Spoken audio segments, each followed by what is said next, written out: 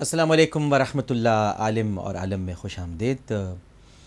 ابھی وقفے میں جب ہم گئے تو گفتگو ہو رہی تھی، کریم بھائی نے بتایا، عبدالکریم بھائی نے، کہ جو ایس ایس پی صاحب تشریف لائے تھے انہوں نے تعریف اس لحاظ سے کی کہ وہ خدا ترس آدمی تھے۔ میں نے جب بتایا کہ میں رکشہ ڈرائیور ہوں اور 200-250 روپے ہی کماتا ہوں اور اخراجات 500 روپے کے ہوتے ہیں، تو انہوں نے اس وقت چپ چاپ ان کو 10,000 روپے کی ان کی مدد بھی کی۔ بہت اچھا کیا ایس ایس پی صاحب، لیکن اس سے کہیں زیادہ ضروری ہے، یہ تو آپ نے بہت اچھا کام کیا ہے، اس کا اللہ آپ کو ضرور یقیناً اجر دے گا، کوئی شک نہیں ہے کہ اس کا آپ کو اجر ضرور ملے گا، لیکن آپ کی اصل ذمہ داری یہ ہے جو اللہ سبحانہ و تعالیٰ آپ سے چاہتا ہے، کیونکہ آپ کو کوتوال شہر بنایا ہے ایک لحاظ سے کہ آپ لوگوں کی جان و مال کی حفاظت کے ذمہ دار ہیں۔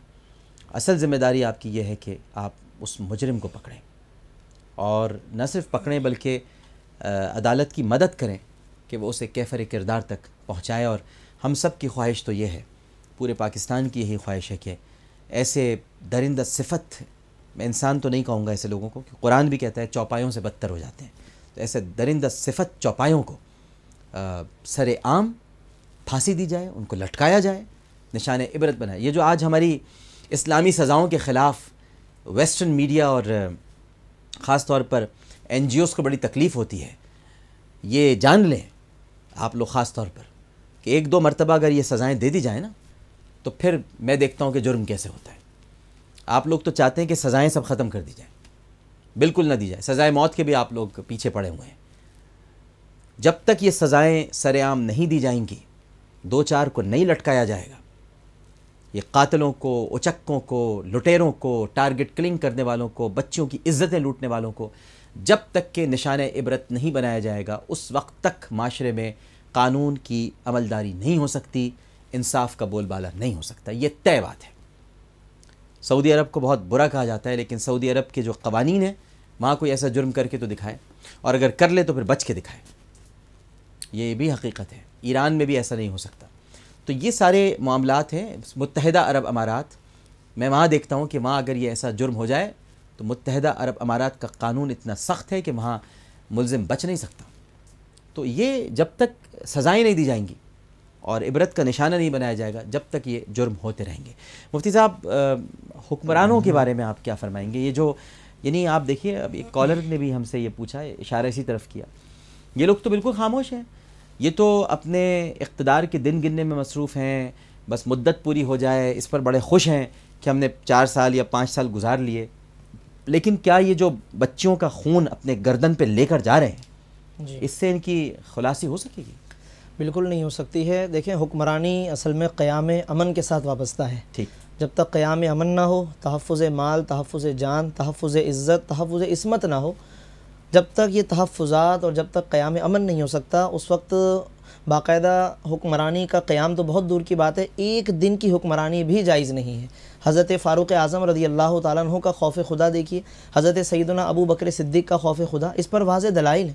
حضرت فاروق اعظم رضی اللہ تعالیٰ عنہ سے جب کسی نے عرض کیا کہ حضرت ہم آپ کی نگرانی کریں، نہ ہم آپ کی حفاظت پہ مامور ہو جائیں، تو فرمایا کہ مجھے اللہ نے تمہاری حفاظت پر مقرر فرمایا۔ اللہ اکبر۔ یہ وہ سوچ ہے کہ اچھا، اس قیام امن کے باوجود جب وہ رات کو مسلح پہ کھڑے ہوتے تو اللہ کے حضور خوف سے کانپ رہے ہوتے تھے، ان کا جسم تھر تھراتا تھا کہ شاید کہ نقص امن ہو گیا ہو، شاید امن میں کوئی کمی ہم سے رہ گئی ہو، جس کا ہمیں اللہ کے حضور۔ اور یہاں آج حال یہ ہے کہ کھلے عام عزتیں لوٹ رہی ہیں، پامال ہو رہی ہیں، زناکاری، چوری، ڈاکہ زنی سب کچھ عام ہے، اور اس کے باوجود وہ مزے سے اطمینان انتہائی عروج پر ہے۔ اور یہ گویا کہ یہ ایشو ہی نہیں ہے نا، یہ قیام امن، یہ ایشو تو ہے ہی نہیں۔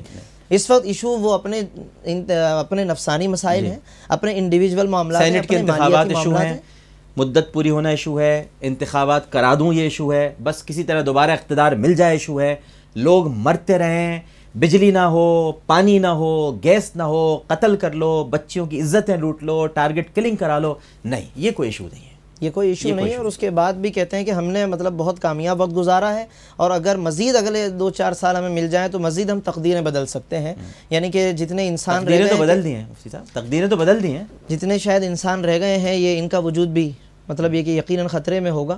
تو یہ اس طرح کی باتیں، اور اس کے بعد یہ خواب دیکھتے ہیں کہ ہم نے اتنا اچھا معیشت کے حوالے سے بات کرتے ہیں کہ ہم نے بہت زیادہ استحکام پیدا کر دیا ہے، ہم نے اس کے اندر بہت زیادہ گروتھ پیدا کر دی ہے، اور جناب لوگوں کو ہم نے بڑا تحفظ عطا کر دیا ہے، اور نہ جانے بلند و بانگ دعوے. تو میں سمجھتا ہوں کہ ایک لمحے کے لیے بھی حکمرانی کرنے کا حق نہیں ہے اس شخص کو کہ جس کے زیر حکمرانی، جس کے زیر نگرانی اس طرح کے واقعات ہو رہے ہیں، عزتیں پامال ہو رہی ہیں. بالکل، یعنی کہ اگر ان کے ایک حاکم کو سوچنا چاہیے کہ اگر یہ واقعہ میری اپنی بچی کے ساتھ ہو، اگر یہ میرے اپنے بیٹے کے ساتھ گزرے جی تو اس وقت انسان کی میری اپنی کیا کیفیت ہوگی جناب. تو اس کا مطلب ہے کہ ایک حاکم نے لوگوں کی بہو بیٹیوں کو اپنی بیٹی سمجھا ہی نہیں ہے، لوگوں کی بہنوں کو، لوگوں کی ماؤں کو اپنی ماں نہیں سمجھا ہے. اور جب تک ایک حاکم اپنی رعایا کو اپنی رعایا نہ سمجھے، انسانیت کا درجہ بھی نہ دے، تو بتائیے کہ وہ حکمرانی کیسے کر سکتے؟ صحیح فرمایا.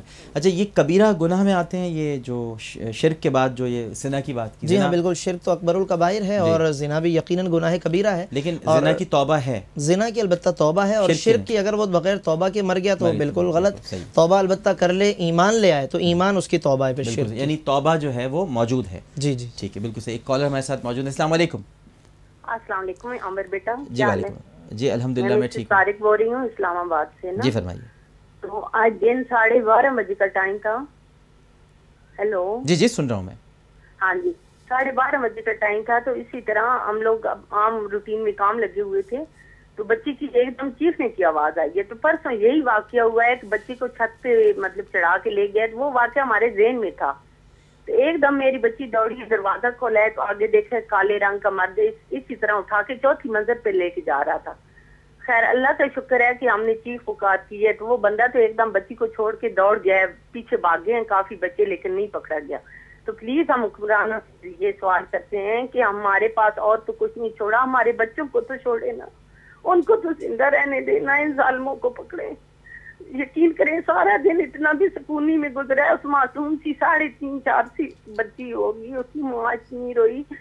تو مطلب ان حکمرانوں کو کوئی ہوش نہیں آ رہی. ابھی بھی ووٹوں پہ امید ہے ان کو. یہ 2 واقعہ کل 7:30 بجے کا بچے کو اٹھایا گیا ہے، ٹیوشن سے پڑھ کے آ رہا تھا. آج 12:30 بجے کا بچی کا یہ واقعہ ہے. ٹھیک ہے، آپ کی بات سنی. ظاہر ہے کہ میں تو سن سکتا ہوں، میرے پاس کاش کے کچھ اختیار ہوتا، سن سکتا ہوں. السلام علیکم. السلام علیکم. وعلیکم السلام. جی میں مسز کامران بات کر رہی ہوں، اور میں چاہتی ہوں کہ آپ جیسے نیک اور باہمت انسان ان چیزوں پہ سب سے زیادہ بات کر سکتے ہیں، اور آپ سخت سے سخت لفظوں میں ان چیزوں کی مذمت کیجیے، کیونکہ یہ چیز قابل معافی نہیں ہے. بے شک. اور آپ جیسے ہی لوگ ہم لوگوں کو سپورٹ کر سکتے ہیں، باقی حکمرانوں سے تو ہم کچھ نہیں کر سکتے، ان سے تو ہمیں کچھ نہیں ملے گا. یہ بات تو بالکل واضح ہے. حکمرانوں کے آگے بات بھی رکھنا بیکار ہے، کیونکہ جب تک میرے پاس لفظ نہیں کچھ بھی کہنے کے. میں چاہتی ہوں کہ آپ سخت سے سخت لفظوں میں ان چیزوں کی مذمت کریں اور آپ ہم جیسے لوگوں کا ساتھ دیں. بہت شکریہ. سخت سے سخت لفظوں میں مذمت تو نبی کریم صلی اللہ علیہ وآلہ وسلم ہی کر گئے. اور ترمذی شریف میں بڑی مشہور حدیث ہے کہ لا تنزع الرحمۃ الا من شقی. رحم کرنے کی صفت کسی کے دل سے نہیں نکالی جاتی مگر بدبخت شخص کے دل سے نکالی جاتی ہے. یعنی نبی نے جس کو بدبخت کہہ دیا ہو وہ شقی ہے، اور اس کے دل سے رحم نکل گیا. اس سے زیادہ صفاقی اور کیا ہوگی مفتی صاحب کہ کوئی بچی 7 سال کی ہو، اس کے آپ کپڑے پھاڑ رہے ہوں، اس کے ہونٹ کاٹ رہے ہوں، اس کے دانت توڑ رہے ہوں، اس کی عزت لوٹ رہے ہوں اور پھر اسے قتل کر کے پھینک رہے ہوں. اس سے زیادہ صفاقی اور درندگی کیا ہوگی؟ اور نبی کی زبان اقدس کی روشنی میں وہ شخص بدبخت ہے، اور رسول جسے بدبخت کہہ دیں یقین وہ کبھی کامیاب نہیں ہو سکتا، کبھی بھی نہیں. اللہ کی بارگاہ میں اس کی کوئی معافی نہیں ہے جسے نبی نے بدبخت کہہ دیا ہو. تو اس سے زیادہ مذمت اور کیا ہو سکتی ہے. میں کریم بھائی آپ کے ساتھ مکمل طور پر ہمدردی کا اظہار کرتا ہوں